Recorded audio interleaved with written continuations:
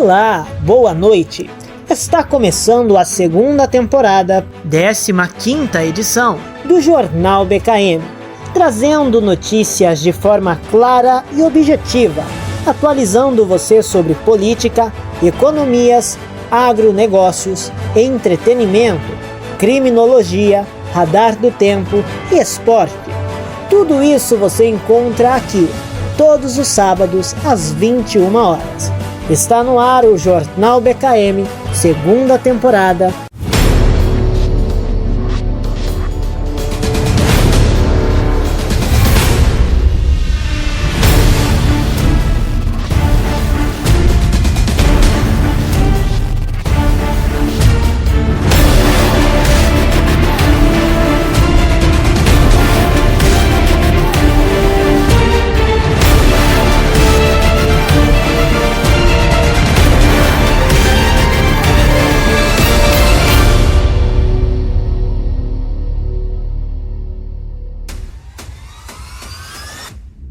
Boa noite!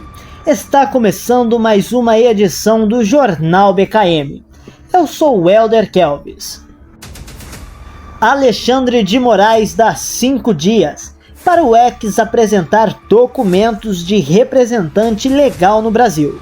Para o ministro do STF, as informações apresentadas pela rede social não foram suficientes.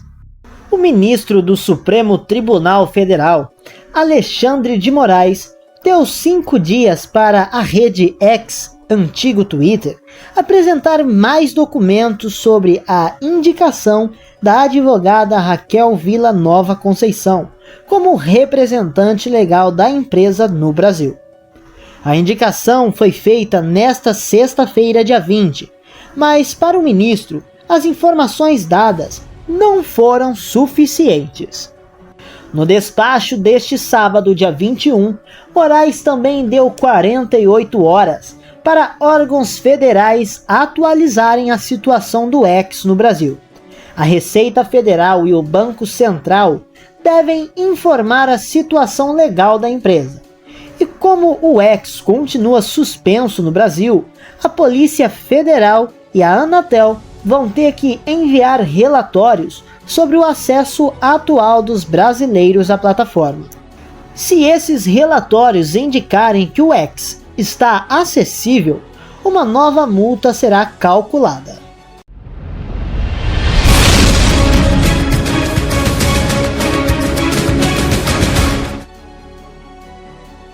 Acidente grave com BRT deixa mais de 60 feridos. Motorista é retirado das ferragens após 3 horas e suspeita é que ele teve um mal súbito. O ônibus bateu em um pilar do gasômetro. Pelo menos 5 pessoas foram internadas em estado grave.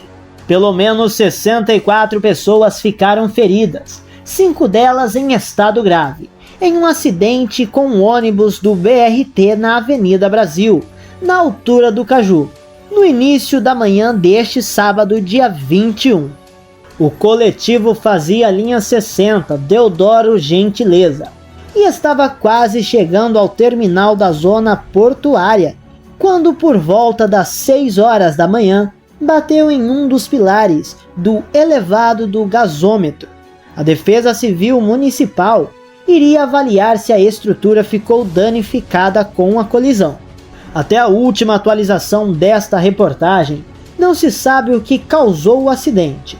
O motorista Douglemar da Silva Rocha ficou preso entre as ferragens e só foi retirado após 3 horas de trabalho dos bombeiros. Ele era um dos feridos graves. A suspeita é que ele passou mal ao volante. Bombeiros de 3 quartéis, Central, Bênfica e Vila Isabel foram acionados. Os feridos foram levados para os hospitais Salgado Filho, no Meier, Souza Aguiar, no Centro, Evandro Freire, na Ilha do Governador e Miguel Couto, na Zona Sul. De acordo com o Centro de Operações Rio, o acidente interditou a calha do BRT Transbrasil, no sentido centro do Rio, na altura da Rua Santos Lima. O que restou do ônibus foi retirado às 12h15. Ônibus que transportava time de futebol americano tomba e mata 3 pessoas na descida da Serra das Araras, no Rio de Janeiro. Acidente aconteceu na altura do Piraí, no sul do Rio, e também deixou pelo menos 12 feridos. Mortos foram identificados como Daniel Santos, Lucas Barros e Lucas Padilha. O ônibus saiu de Curitiba e estava indo para o Rio de Janeiro. Um ônibus que transportava integrantes do time de futebol americano Curitiba Crocodiles tombou. Matou 3 pessoas e deixou pelo menos 12 feridos na manhã deste sábado, dia 21, em Piraí, no sul do Rio de Janeiro. De acordo com a CCR Rios SP, a concessionária que administrava a rodovia, ao todo, o coletivo transportava 43 passageiros e 2 motoristas. O acidente aconteceu na altura do quilômetro 226 da pista de descida da Serra das Araras, trecho da Via Dutra, por volta das 10 horas da manhã. Segundo o clube, as vítimas que morreram foram identificadas como Lucas Barros, de 19 anos, Lucas Padilha, de 42 anos, e Daniel Santos, de 44 anos. Todos eram jogadores. Os corpos foram removidos durante a tarde e levados para o Instituto Médico Legal de Volta Redonda, também no sul do Rio. 12 pessoas foram socorridas e encaminhadas aos hospitais Geral de Nova Iguaçu, na Baixada Fluminense, e São João Batista, em Volta Redonda. Veja a seguir o estado de saúde delas. A Polícia Rodoviária Federal disse que 21 pessoas não se feriram e foram levadas para um hotel na cidade de Itatiaia, no Rio de Janeiro. A aviação Princesa dos Campos, responsável pelo ônibus, afirmou que os 2 motoristas e 4 passageiros permaneceram no local do acidente. A PRF informou ainda que, como o laudo do acidente ainda não foi finalizado, o número de feridos pode sofrer alterações ao longo deste sábado. Atletas do Curitiba Crocodiles saíram de Curitiba às 20 horas da noite de sexta-feira, dia 20, e estavam indo para o Rio de Janeiro, onde enfrentariam o Flamengo Imperadores pelo Brasileirão de Futebol Americano na tarde deste sábado. O jogo foi adiado. A pista de descida chegou a ficar interditada para destombar o ônibus e limpeza da pista, mas foi reaberta por volta de 15h50. Às 16h30, os motoristas enfrentam cerca de 11 quilômetros de congestionamento. Além da CCR Rios SP, agentes da Polícia Rodoviária Federal, Corpo de Bombeiros e Serviço de Atendimento Móvel de Urgência, SAMU, também atuaram na ocorrência. Uma perícia foi feita no local e em seguida o caso foi registrado na delegacia de Piraí, responsável pelas investigações da causa do acidente. De acordo com a Polícia Civil, os motoristas foram ouvidos e realizaram o teste do bafômetro, que deu negativo. Estado de saúde dos feridos. Das 12 vítimas, 10 foram levadas para o Hospital Geral de Nova Iguaçu. A unidade disse que todas receberam atendimento médico de emergência e realizaram exames de tomografia. O último boletim divulgado pelo hospital às 18h56 informou que apenas Davi Dória Fadel, de 19 anos, permanece internado devido a um pneumotórax.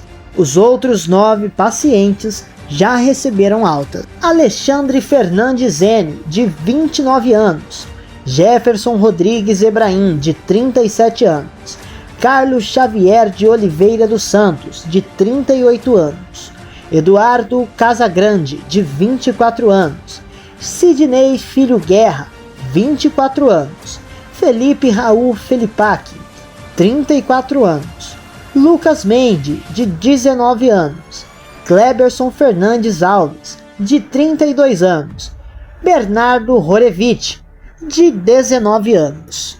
O Hospital São João Batista, em Volta Redonda, recebeu 2 feridos. Às 19h12 da noite, a unidade médica divulgou que um deles, identificado como Felipe Azevedo dos Santos, de 30 anos, permanecia em observação. Ele deu entrada alegando dores na região cervical e lombar. Ainda de acordo com o hospital, a última vítima, identificada como Pedro Henrique Bellini Santos, de 22 anos, se evadiu às 14h30 da tarde. Corações em luto. Por nota, o Curitiba Crocodiles lamentou a morte dos 3 atletas e informou que está acompanhando a situação de perto e dando o suporte necessário para as pessoas feridas e aos familiares das vítimas.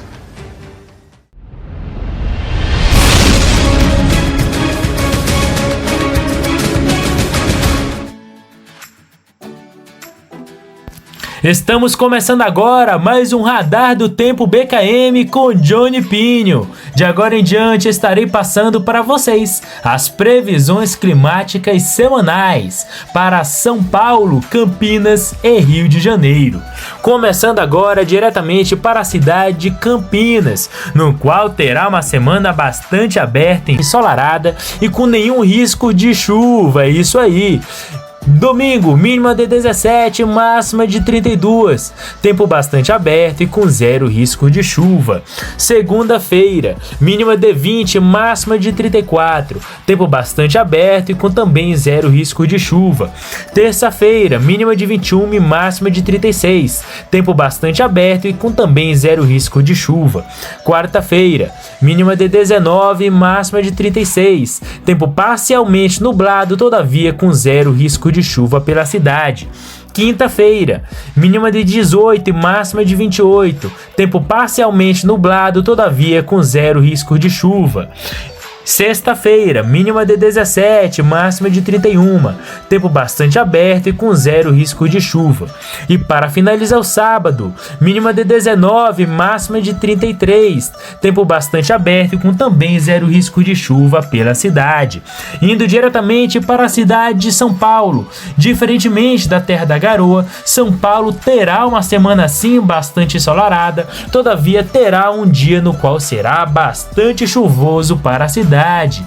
Começando pelo domingo, mínima de 16 e máxima de 28, tempo parcialmente nublado e com risco de garoa ao final da tarde. Segunda-feira, mínima de 19 e máxima de 32, tempo bastante aberto e com 0 risco de chuva pela cidade. Terça-feira, mínima de 21 e máxima de 35, tempo bastante aberto e com 0 risco de chuva pela cidade. Quarta-feira, mínima de 18 e máxima de 32, tempo parcialmente nublado e com risco de garoa ao final da tarde. Quinta-feira, o dia mais intenso da semana paulistana, mínima de 17, máxima de 22, pancadas fortíssimas de chuva pela parte da manhã, no qual podem se alongar até o começo da noite. Sexta-feira, mínima de 17, máxima de 23, tempo bastante nublado e com risco de chuva ao amanhecer. E para finalizar o sábado, mínima de 18 e máxima de 28, tempo parcialmente nublado e com risco de garoa ao final da tarde. Indo diretamente agora para a cidade do Rio de Janeiro. A cidade maravilhosa terá uma semana bastante ensolarada, todavia chuvosa ao final da semana. Começando pelo domingo, mínima de 20, máxima de 24, tempo bastante aberto com risco de chuva pelo final da tarde. Segunda-feira, mínima de 21 e máxima de 28, tempo bastante aberto e com 0 risco de chuva pela cidade. Terça-feira, mínima de 23 e máxima de 32, tempo bastante aberto e com 0 risco de chuva pela cidade. Quarta-feira, mínima de 23 e máxima de 32, tempo bastante aberto e com 0 risco de chuva pela cidade.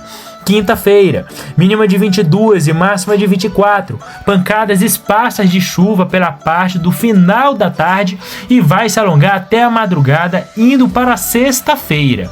Falando em sexta-feira, chegamos na sexta-feira. Mínima de 22 e máxima de 24. Chuva intensa do que vem da madrugada de quinta e vai se alongar até o final da noite na cidade maravilhosa. E para finalizar o sábado, mínima de 21 e máxima de 26. Tempo parcialmente nublado e com zero risco de chuva pela cidade. E esse foi mais um Radar do Tempo BKM com Johnny Pinho.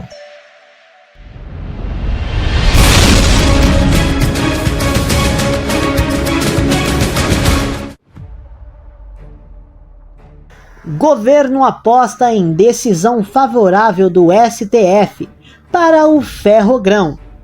União entregou à Suprema Corte uma manifestação que diz ser possível o projeto respeitar os domínios da área de proteção ambiental. O governo espera pela revogação da liminar que mantém suspenso desde 2021 a construção da Ferrogrão, projeto ferroviário capitaneado pelo agronegócio para escoar a produção de grãos pelos portos do norte do país. Após análises técnicas, a União entregou ao Supremo Tribunal Federal, STF, uma manifestação que diz ser possível passar por uma área de proteção ambiental. O foco da judicialização, respeitando a faixa de domínio da BR-163, rodovia que liga o Mato Grosso ao Pará.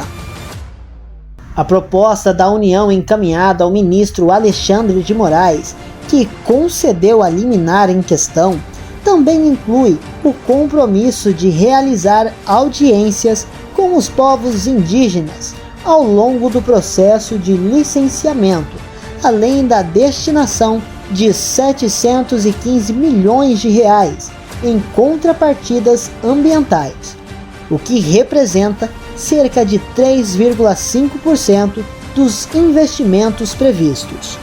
Como é o projeto da Ferrogrão? Pelo projeto, a ferrovia terá 933 quilômetros de extensão entre Sinop, em Mato Grosso, e Miritituba, no Pará, local onde a carga será colocada em barcaças rumo aos portos de Barbarena e Santarém, no Pará, de Itacoatiara, no Amazonas, e de Santana, no Amapá.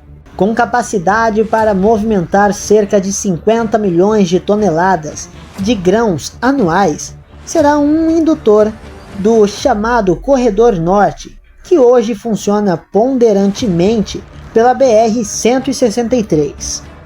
Lançado em 2014 pela iniciativa privada, o projeto até hoje não saiu do papel por envolver área ambientalmente sensível.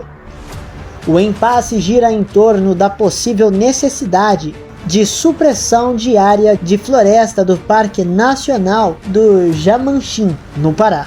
A decisão de Moraes sobre o caso é aguardada para este mês. No dia 17, venceu o prazo da Procuradoria-Geral da República para apresentar o seu parecer. Divergências do caso. O secretário executivo do Ministério dos Transportes, Jorge Santoro, disse que a pasta fez uma análise por satélite da área do parque e concluiu que é possível respeitar a faixa de domínio da BR-163, área lateral da rodovia, que já não permanece ao parque, nos 50 quilômetros de extensão da área sob proteção. As entidades ambientais entendiam que seria necessário fazer uma supressão adicional no parque. Estamos dizendo que não vai precisar diminuir nenhum milímetro. Obra estimada em 28 bilhões de reais. A Ferrogrão será um corredor de escoamento da produção agrícola, razão pela qual é defendida pelo agronegócio. O governo calcula que ela pode reduzir em 7,9 bilhões de reais os desperdícios anuais. além de evitar a emissão de 3,4 milhões de toneladas do CO2 ao ano durante 69 anos da concessão. Falta de consenso. Apesar da expectativa do governo, não há consenso sobre o tema com a sociedade civil, o que pode influenciar na decisão de Moraes. O PSOL, o autor da ação e entidades socioambientais deixaram o grupo de trabalho criado para atualizar os estudos de impacto ambiental da obra, alegando uma postura absolutamente silente, sem dados e sem informações, por parte dos responsáveis pelo projeto. O prazo para a realização dos estudos já foi prorrogado 2 vezes por Moraes, e na última vez, em maio, ele disse que não mais o prorrogaria. Eu sou Elder Kelvis e esta foi mais uma edição das notícias principais. Até a nossa próxima edição.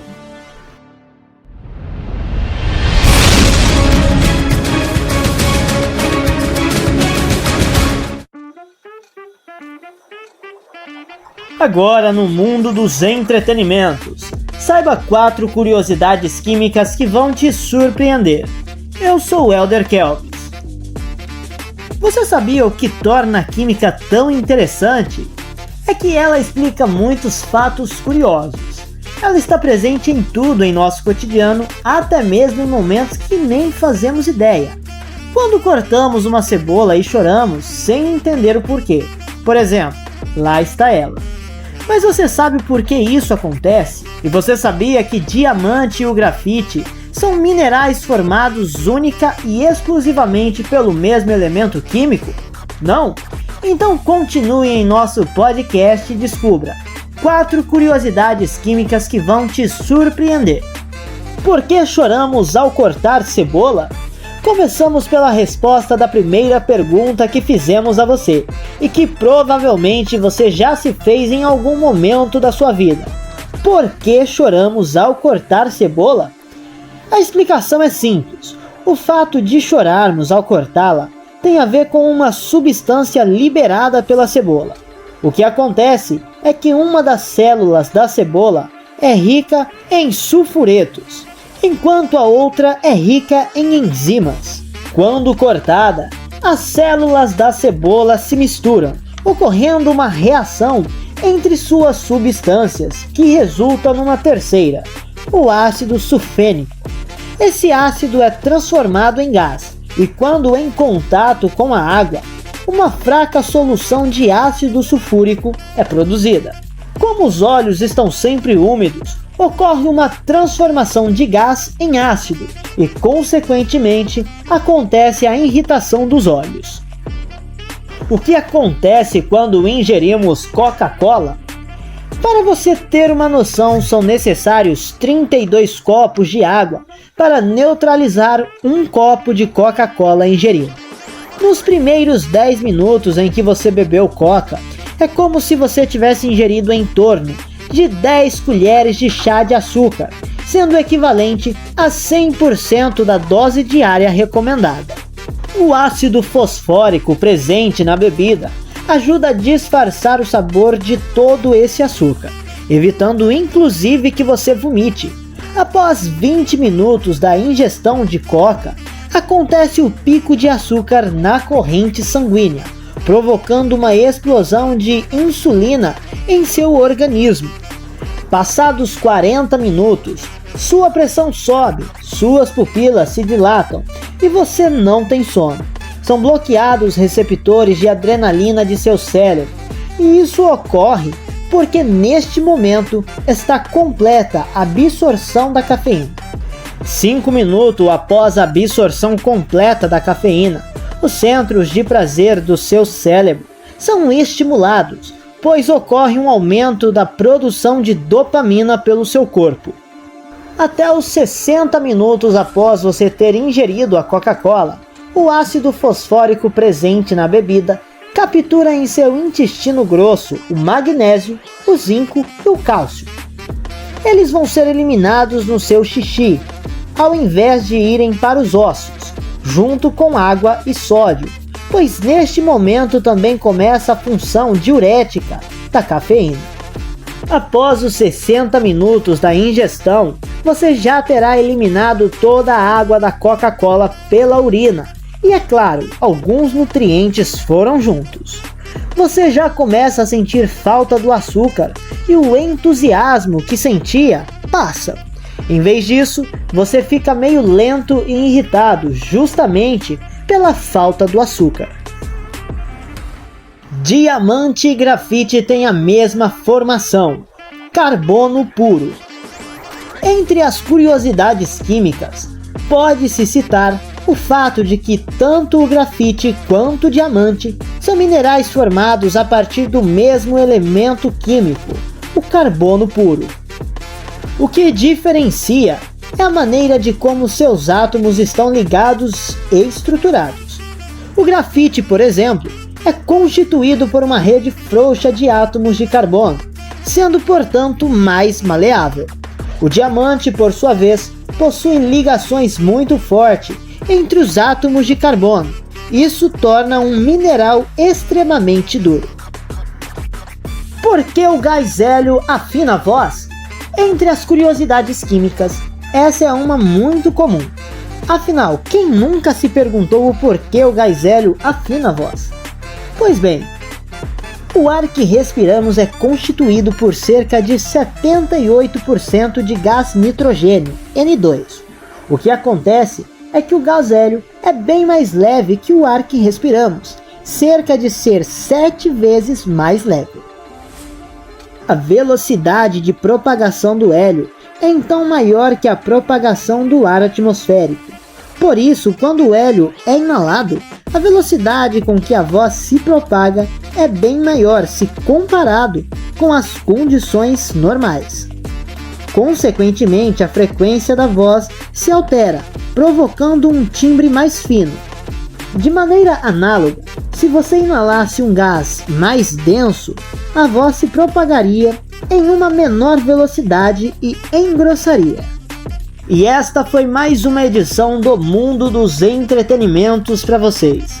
Eu sou Elder Kelvis e até a nossa próxima edição.